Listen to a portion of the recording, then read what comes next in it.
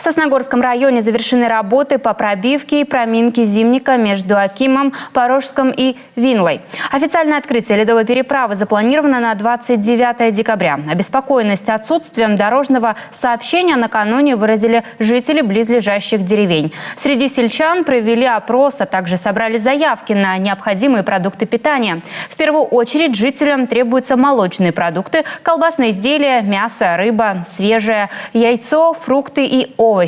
Завоз продуктов к праздничному столу запланирован на 29 декабря.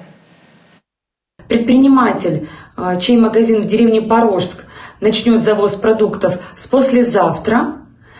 И по открытию зимника информация о транспортной доступности будет доведена до предпринимателя, чьи магазины в Порожске и в Винле, и она также приступит к подвозу продуктов в свои магазины.